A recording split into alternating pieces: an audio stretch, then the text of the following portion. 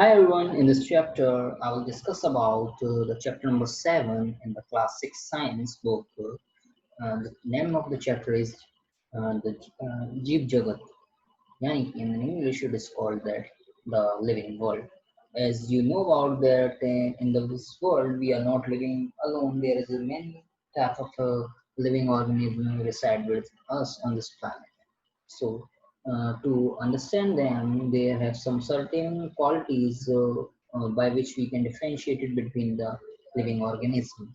So, in this chapter, we will talk about कि हम उन जीवों को कैसे पहचान सकते हैं, उनमें क्या भिन्नता है, उनकी क्या आदतें हैं. So, without further ado, let's get started. Okay. जीवों में आकार, आकृति और भोजन की आदतों में भिन्नता. Yes, we'll talk about the organism, what is the difference between their food habits, their size, and their shape. So the first difference is in their shapes. Yes, if we talk about in our neighborhood things, we see dogs, cat, horse, elephants. We see them. Okay. आपने आसपास देखा होगा कि जैसे कुछ जंतुओं को देखा होगा जैसे कुत्ते हैं, बिल्ली हैं, घोड़े हैं, हाथी हैं, तुमने देखा होगा. तो there are some different shape in between them. कुछ जैसे घोड़ा है वो कुत्ते से थोड़ा सा बड़ा है, बिल्ली थोड़ी कुत्ते से छोटी है, तो उनमें अलग अलग शेप है. यस, फॉर दिस हमें लगता है कि हाथी स्थल पर पाए जाने वाला सबसे सबसे बड़ा जंतु है. क्या ऐसा है? That the elephant is the largest animal in the world? No.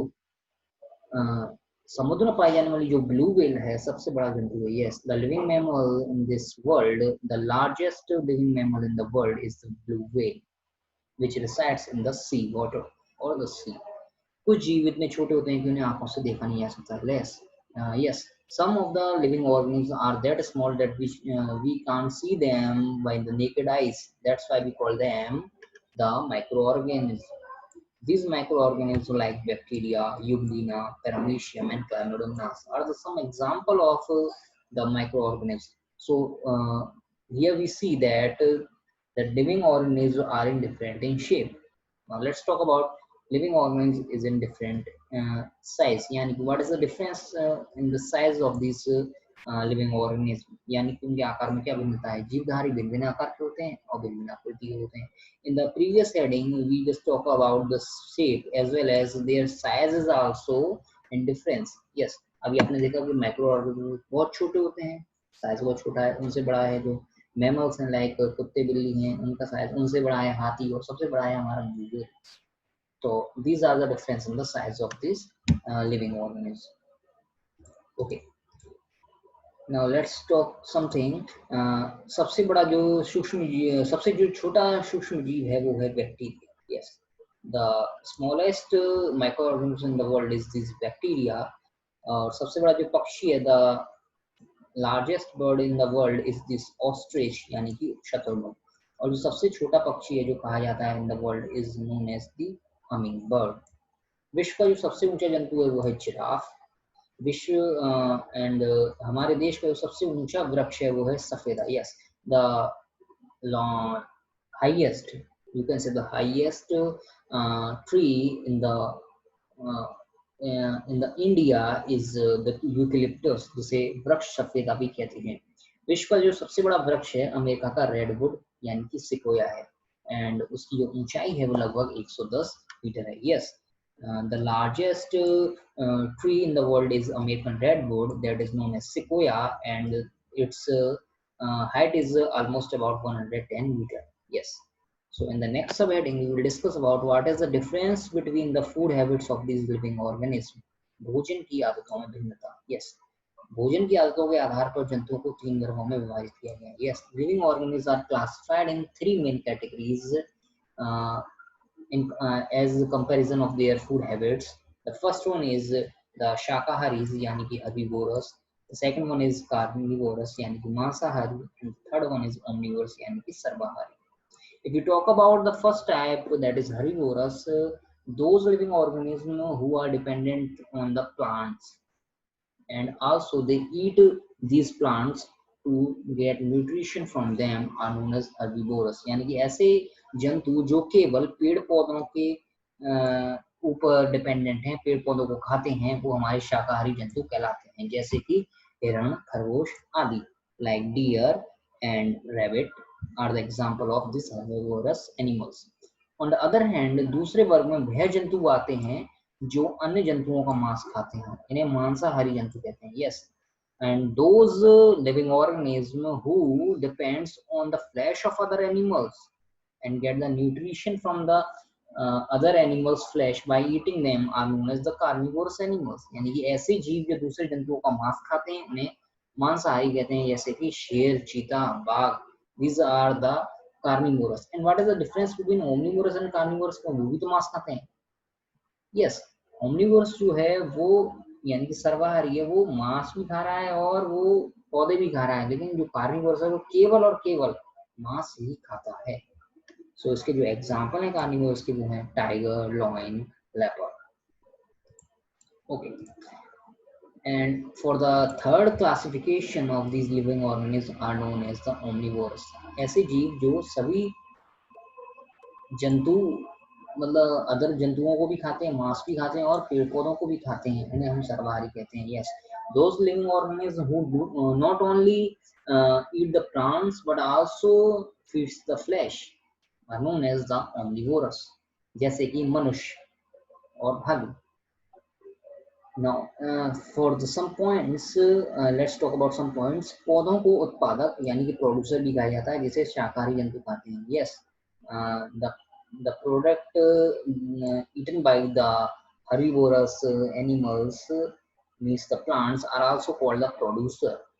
हरे पेड़ पौधे सूर्य के प्रकाश में वायुमंडल की कार्बन डाइऑक्साइड तथा मिट्टी से जल लेकर रासायनिक अभिक्रियाओं द्वारा भोजन का निर्माण करते हैं. Yes, in the presence of environment, sunlight, carbon dioxide, the green plants make their food by a chemical reaction known as photosynthesis, by which they can they nutrient themselves.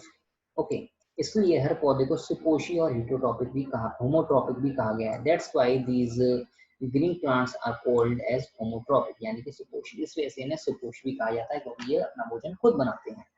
समस्त जंतु और विपादक जैसे अमरबेल, बांदा, कुकुरमुत्ता आदि जो अपना भोजन स्वयं नहीं बना सकते परपोषी कहलाते हैं. Yes, those living organisms who does not make their foods and also dependent on the other animals.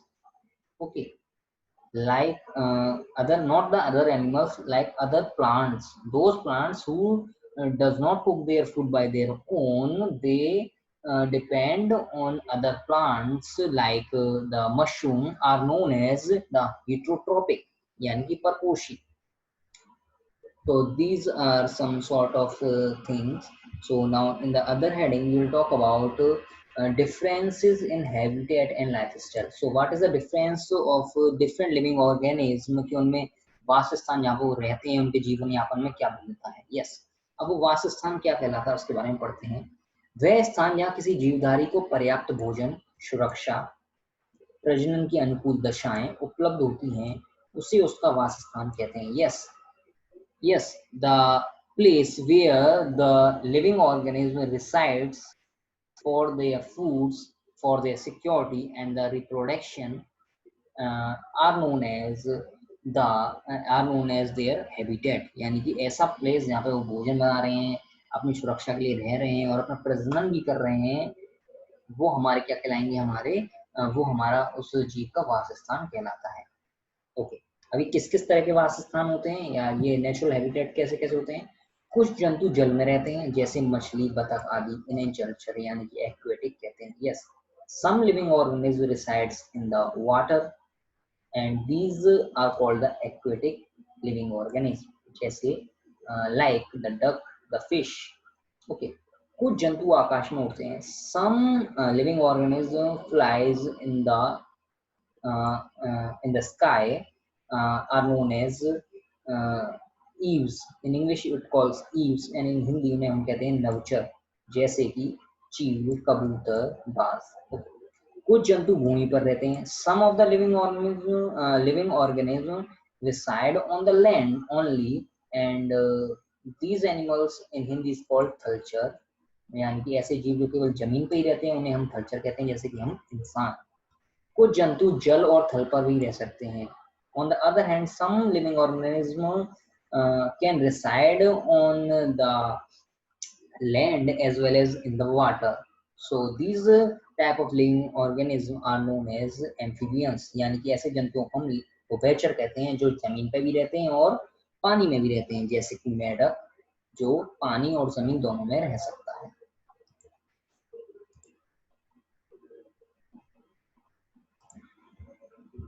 जो विशिष्ट रचनाएं अथवा स्वभाव की उपस्थिति किसी पौधे अथवा जंतु को उसके परिवेश में रहने योग्य बनाती है, अनुकूलन कहते हैं।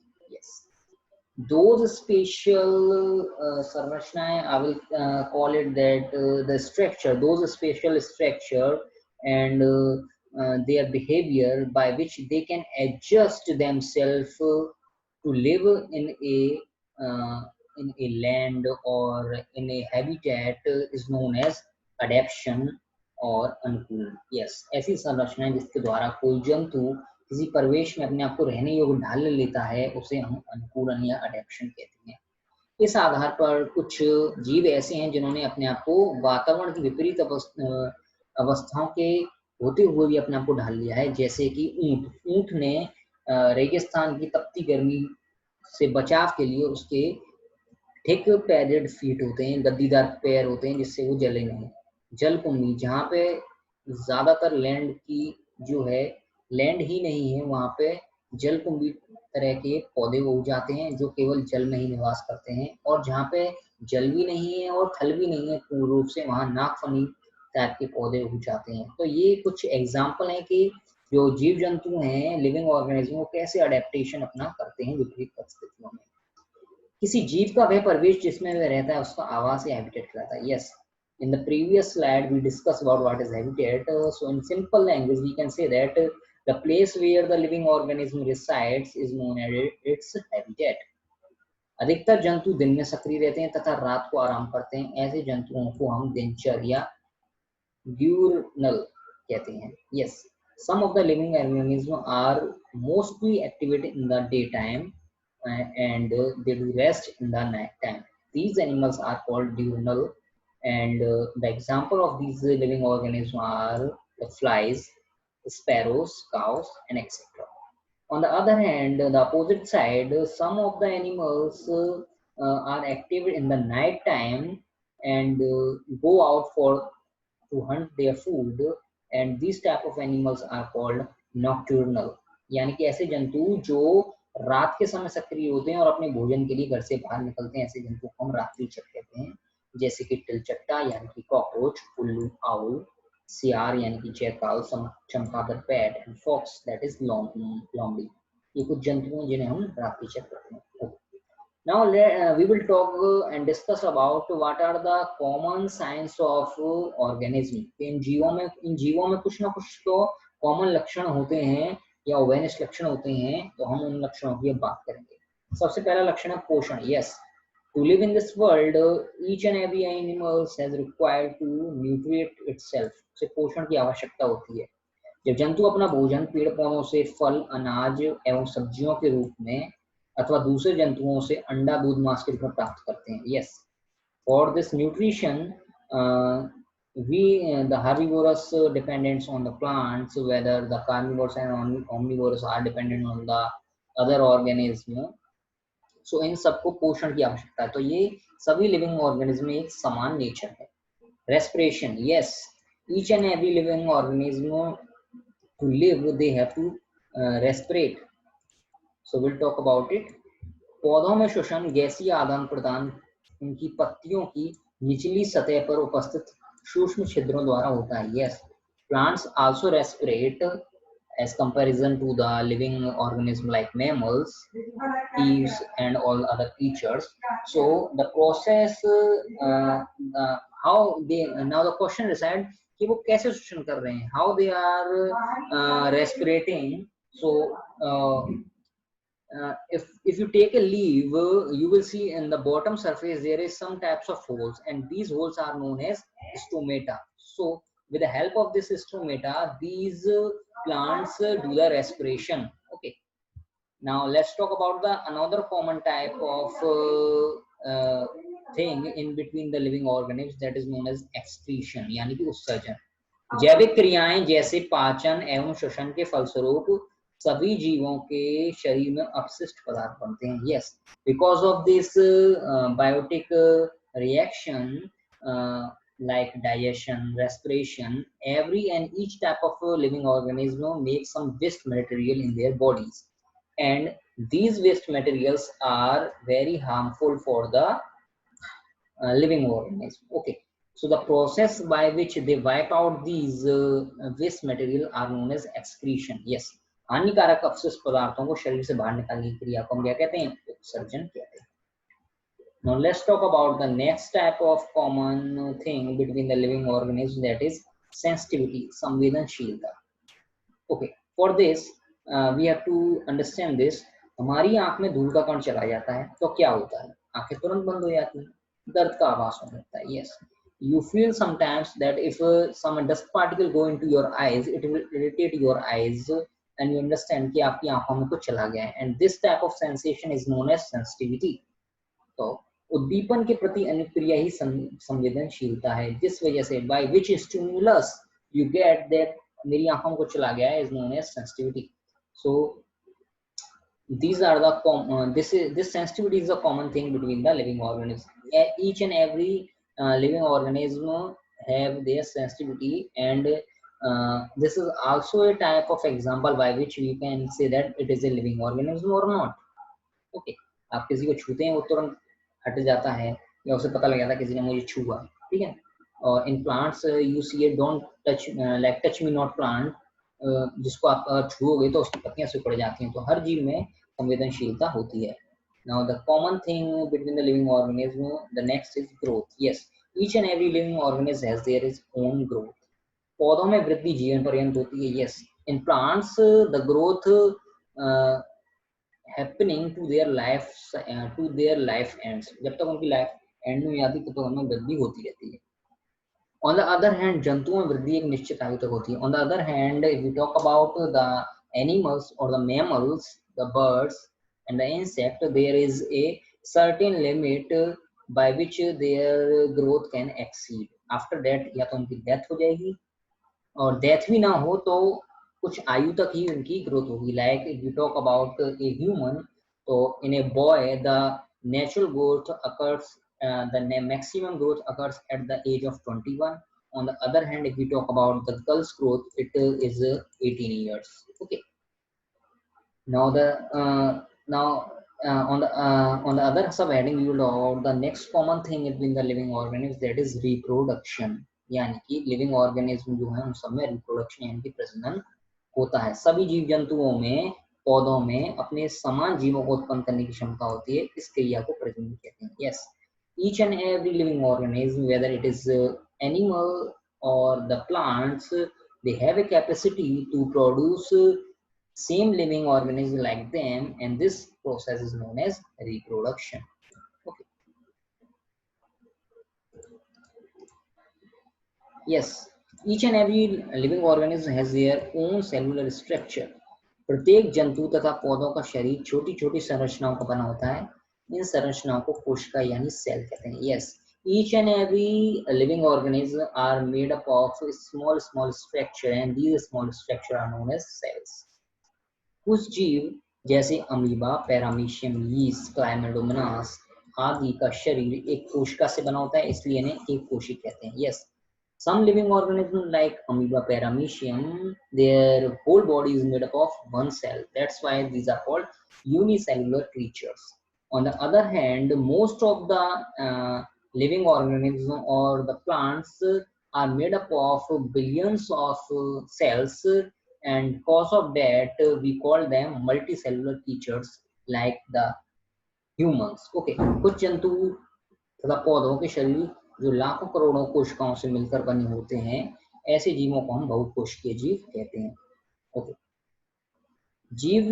जीवाणु कोशिका सबसे छोटी होती है, जबकि शुतुरमुर्ग का अंडा सबसे बड़ी कोशिका है. Yes, if we talk about what is the largest cell in the world, so the largest cell is the egg of the ostrich, and the smallest cell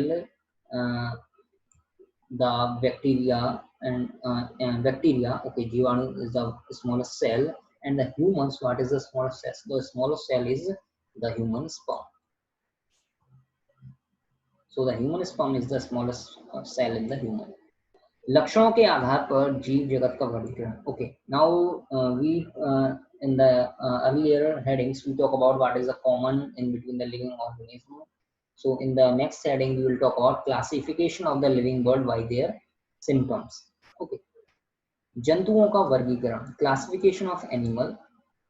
Now these are the four type of classification by which we can easily done the classification of animals. संरचना के आधार पर यानी कि depending on the structure, मेरुदंड की उपस्थिति के आधार पर यानी कि based on the presence of the spinal cord, प्रजनन विधि के आधार पर by breeding method, निवास स्थान के आधार पर यानी कि depending on the place of residence. So let's talk about one by one. Now we'll talk about संरचना के आधार पर depending on the structure. Yes. एक कोशिकीय unicellular. In the depending on the structure, there are unicellular and multicellular type of organism. So जिन जंतुओं में एक कोशिका ही उनके शरीर का निर्माण करती है, एक कोशिकीय जंतु कहलाते हैं. Yes, by which if organism is made up of one cell is known as unicellular living organism. ये सूक्ष्मदर्शी तथा नम जलीय वातावरण में पाए जाते हैं. Yes, these type of living organism are microorganisms and also found in the most type of water cycles or the environment. Okay.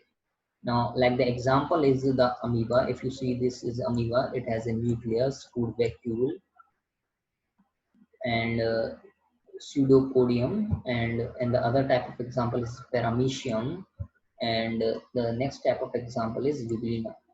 And the amoeba and the Euglena have the nucleus in them. Okay. So on the other hand, there is a multicellular type of organism on depending on the structure. So जिन जंतुओं के शरीर में एक से अधिक कोशिकाओं का गठन होता है, ये सामान्यतः नग्न आंखों से दिखाई देते हैं. Yes, those type of living organism that we can see by the naked eyes and also made up of so many type of cells or the millions of cells is known as the multicellular organism, like hydra, snail, fish, human itself, etc. इन्हें बहुकोशिकीय जंतु कहते हैं. Now let's talk about based on the presence of the spinal cord. Okay, living organism on the basis of presence of spinal cord. मेरुदंड की उपस्थिति के आधार पर यानी कि रीढ़ की हड्डी. अकशेरुकी invertebrates. Yes, ऐसे जंतु जिनमें मेरुदंड यानी कि रीढ़ की हड्डी नहीं पाई जाती उन्हें अकशेरुकी जंतु कहते हैं. Yes, those type of living organism who don't have spinal cord in their body is known as the invertebrates. ऐसे जंतु जिनमें रीढ़ की हड्डी ही नहीं पाई जाती उन्हें invertebrates यानी कि अकशेरुकी जंतु कहते हैं. जैसे कि कीड़े मकोड़े, insects, केचुआ, तिलचट्टा, घोंगा आदि. These are the example of invertebrates. On the other hand, what are the vertebrates? So ऐसे जंतु जिनके शरीर में रीढ़ की हड्डी पाई जाती है उन्हें कशेरुकी जंतु यानी कि vertebrates कहते हैं. Those living organism in which they have their spinal cord in their body are known as the vertebrates. जैसे कि मेढक, मछली, पक्षी, गाय and human itself. Okay. Now let's talk about on the basis of depending on the breeding method. What is the breeding method? So प्रजनन की विधि के आधार पर living organisms किस तरह के होते हैं. प्रजनन विधि के अनुसार भी जंतुओं को वर्गीकृत कर सकते हैं. Yes, we can classify the living organism on the process of what is their breeding method and what is or the reproduction method. अनेक जंतु जैसे मछली, मेढक, छिपकली, सर्प, पक्षी, कीड़े आदि अंडे देने वाले जंतु हैं. Yes, many of the organisms like fish, frog, lizard, snake, birds, insect, these all are the living organism do the breeding by giving eggs. इसके विपरीत on the opposite side चूहा, खरगोश, चमगादड़, गाय, बकरी, मनुष्य आदि बच्चे देने वाले जंतु हैं. Yes, on the other hand, the If we talk about, we take an example of rat, rabbit, bat, even the cow, and even we, the humans, we are reproduced by giving birth to a baby. Okay. अंडे देने वाले जंतुओं को अंडायुज तथा बच्चे देने वाले जंतुओं को जरायुज कहते हैं. यस. सो दिस, अब इसका पर्टिकुलर मुझे नहीं पता है शब्द. सो द अंडे देने वाले जो जंतु हैं, इसका एक सिंपल आप ये कह सकते हैं, जो अंडे देने वाले जंतु हैं वो तो आपके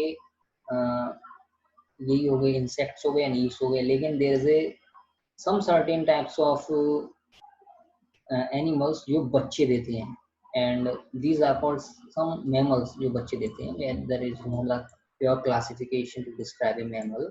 मैमल का जो क्लासिफिकेशन है वो केवल यही है कि वो बच्चे देते हैं, अंडे नहीं. ओके. और दोज है एंड आल्सो कॉल्ड द स्तनधारी, जिनके स्तन होते हैं. Okay. Now let's talk about on the basis of depending on the place of residence. निवास स्थान के आधार पर जो जंतु हैं वो किस प्रकार करते हैं. जलीय, वायवीय, स्थलीय जंतु. Yes, 3 types of हमारे पास जंतु हैं, living organisms हैं, who are aquatic and we call the terrestrial animals or the sky animals in the sense of वायवीय. Okay. जल में रहने वाले जंतु जैसे मछली को जलीय जंतु, aquatic creature कहते हैं. Yes. Those animals which resides in the water are known as aquatic creatures. अधिकांशतः वायु में उड़ते रहने वाले जंतुओं को पक्षी को हम वायवीय जंतु कहते हैं. Yes, the most of the time the living organisms who only flies are known as the वायवीय जंतु.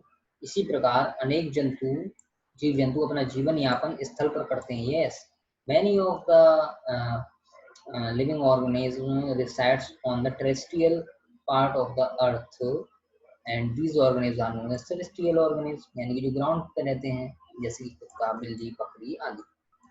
कुछ जंतु जल एवं थल दोनों पर निवास स्थान करते हैं, यानी जीवन यापन करते हैं. ऐसे जंतुओं को उभयचर कहते हैं. Yes, those type of animals who reside not only on the ground but also in water are known as amphibians. Like the example is मेढक हुआ हमारा, यानी कि frog, कछुआ यानी कि tortoise, ऊद, बिलाव, otter. These are the example of amphibians who does not only reside on the ground but also in the water. Now let's talk about the classification of the plants. अब हमने जीवधारियों का हमने classification कर लिया. Now we classificate the plants. पौधों का वर्गीकरण.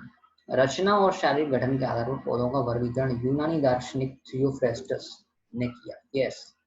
According to on the basis of the structure and their physical structure, the classification on the basis of a structure and their physical structure and their structure are done by the Greek philosopher Theophrastus. Okay, यानी कि the classification, okay, the classification according to their structure and their physical structure or the physical structure is done by Greek philosopher Theophrastus. यानी कि Theophrastus जो वैज्ञानिक दार्शनिक थे, उन्होंने ही जो पेड़ पौधे हैं उनकी रचना उनके स्ट्रक्चर के हिसाब से और उनके जो फिजिकल जो उनका स्ट्रक्चर है उसके हिसाब से उसका वर्गीकरण पौधों का किया. ठीक है. इन्होंने पौधों को ऊंचाई के आधार पर शाख, झाड़ी, वृक्ष समूह वर्गीकृत करा. Yes, on the basis of height, ये ऊंचाई है. On the basis of height he classified plants in 3 categories, that is herb, shrub and bush and trees. Okay, so Theophrastus जो थे हमारे ग्रीक फिलोसोफर, उन्होंने 3 क्लासिफिकेशन दिए थे according to height of plants, कि वो या तो हर्ब होगा या बुश होगा या ट्री होगा. ओके. लीनियस नामक वैज्ञानिक हैं पौधों को पुष्पीय तथा बिन पुष्प वाले पौधों के 2 समूह में वर्गीकृत किया. Yes, according to the Linnaeus, he classified the plants into 2 major groups, that is the flowering plants and the non-flowering plants. Okay, तो आप ये ध्यान रखेंगे, यहाँ से ऑप्शन बन सकता है कौन ने किस दार्शनिक ने पौधों का जो वर्गीकरण है वो उनके शारीरिक गठन और रचना के आधार पर किया. तो वो थे हमारे थियोफ्रेस्टस, और उन्होंने पौधों को, और थियोफ्रेस्टस ने ऊंचाई के आधार पर किन तीन रूपों में उनका वर्गीकरण करा पौधों का, तो वो शाख, झाड़ी और वृक्ष के रूप में करा। और नेक्स्ट क्वेश्चन ये बन सकता है कि लिनियस नामक वैज्ञानिक ने पौधों का जो वर्गीकरण किस प्रकार किया और कितने समूह में किया, यानी 2 प्रकार के समूह में किया। और कैसे किया कि उन्होंने पुष्पीय या बिन पुष्प वाले पौधों के रूप में किया। यहाँ से एक नोट बनता है, थियोफ्रेस्टस को वनस्पति विज्ञान का जनक तथा लिनियस को वर्गीकरण का पिता कहा जाता है, और अरस्तु जो है जंतु विज्ञान के जनक हैं। Yes, this is the most common question asked in every exams. Theophrastus is called the father of botany, Linnaeus is the father of classification, and Aristotle is the father of animal science. Okay, you can call it as zoology also, or the biology also. Biology is meant zoology, botany, don't know. Okay.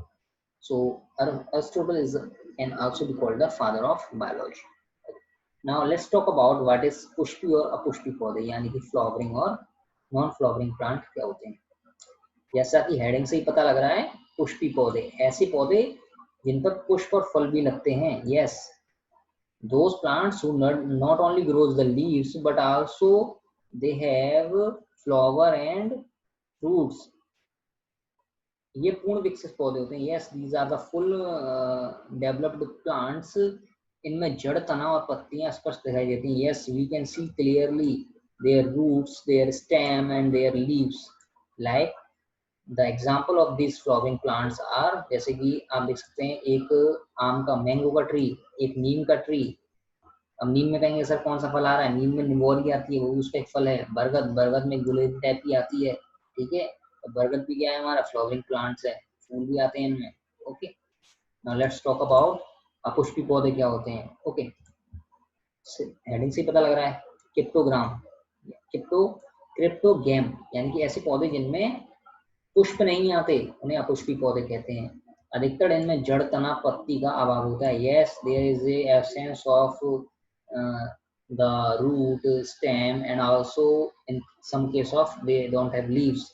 क्योंकि इनमें पुष्प नहीं लगते, cause they does not grow flowers, इसलिए फल भी नहीं लगते। That's why they also does not grow the fruits, क्योंकि जो फ्रूट होता है वो फूल का ही पार्ट होता है। फूल जब सूखता है उसके बाद ही वो फल बनता है। तो अगर एक क्वेश्चन भी आया कि फल कैसे बनता है, वो फूल से बनता है। इनमें वंश वृद्धि पुष्पों के स्थान पर एक विशेष प्रकार की बीजाणु द्वारा होती है। यस, सो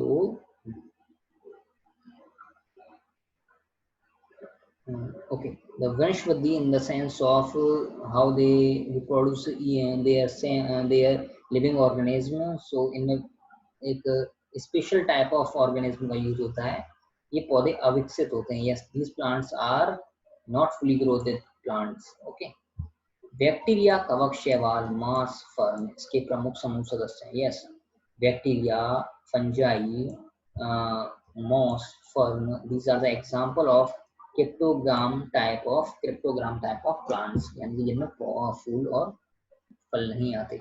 मॉस तथा फर्न में पुष्प नहीं लगते, लेकिन जड़, तना तथा पत्ती पाई जाती है। Yes, the exception in this cryptogram is, जो मॉस और फर्न है, they don't have flowers but they have roots.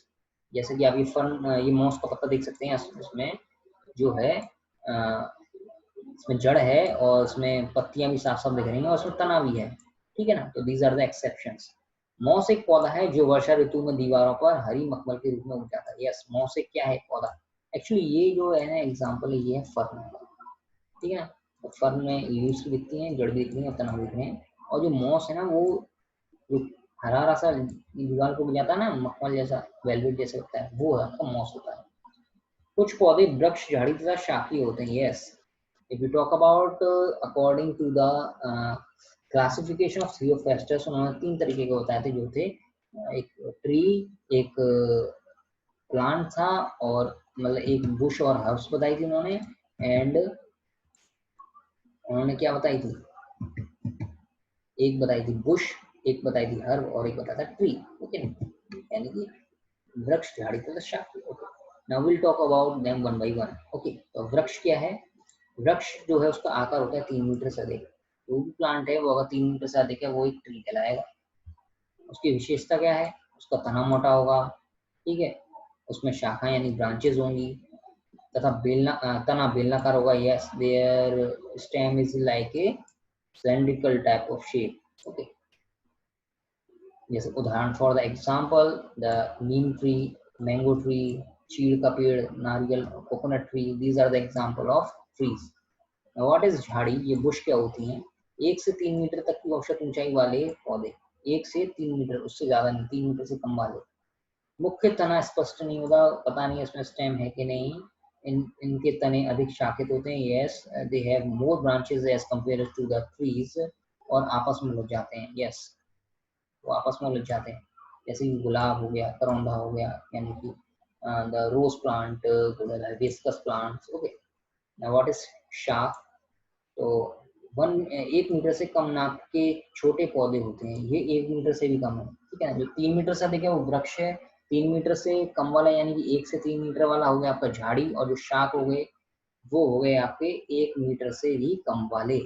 उनका तना जो है कोमल है, पतले हैं और कमजोर होते हैं। यस, जैसे कि मक्का, मटर, जो भी आपकी फसल होती है, जैसे कि मक्का, मटर, पालक, सरसों, मेथी, बैगन, घास, dandelion, these are the example of शाक्स। अब बात करते हैं ट्रीज में भी, इन पौधों में भी एक और क्लासिफिकेशन है, 1 वर्षीय, 2 वर्षीय तथा बहुवर्षीय। यस, एनुअल, बाइलिनियर और पेरिनियर, ठीक है। On the basis of their age, these are the 3 types of plants. Okay, that is annual, biennial and perennial. प्रत्येक जीव जंतु की एक आयु होती है। Yes, every living organism has their fix age. उस आयु को पूरा करते ही उसकी मृत्यु हो जाती है। Okay, after completing this age cycle, these plants got dead. एक वर्षीय पौधा, will talk about the annual plants. What are these annual plants?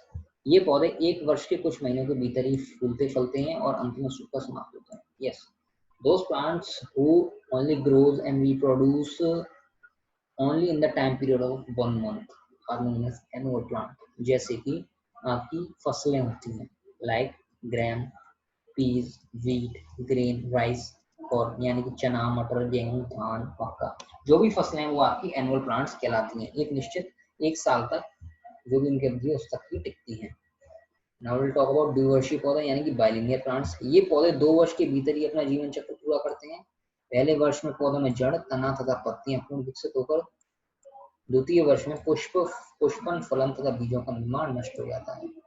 इस प्रकार के पौधे बहुत कम हैं, जैसे केला। Yes, the biennial plants are those plants whose life cycle done in the 2 years, and in the first of their years they only their roots, their stem, their leaves are going to be growth, and on the next year they do the flowering, fruit, reproductions, and after that they got destroyed। तो ऐसे plant जो 2 वर्ष के अंदर ही अपना पूरा कार्यकाल कर लेते हैं वो बाइलिनियल प्लांट्स कहलाते हैं। And there are limited types of these biennial plants, and the example of this biennial is banana tree। Okay, बहुवर्षीय पौधे, पेरेनियल प्लांट्स। ओके, ये पौधे कई वर्षों तक जीवित रहते हैं। इनके संपूर्ण जीवन काल में फूल और फल लगते रहते हैं। Yes, those type of plants who growth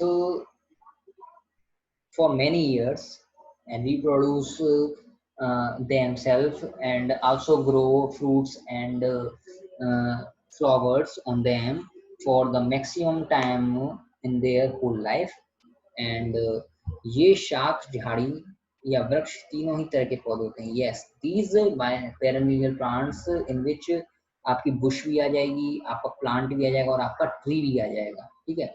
उदाहरण के तौर पर what are the example of this perennial plants are, दूब घास जो आप देखते हैं, इसे आप कॉमन लैंग्वेज में सन ग्रास भी कह सकते हैं, गुलाब यानी कि रोज, आम यानी कि मैंगो, कटहल आदि।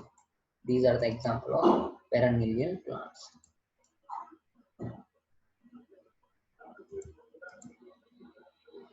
Okay, in the last slide of this session, आकार के आधार पर पौधे वृक्ष झाड़ी तरफ शाख होते हैं. Yes, these are some points from this chapter.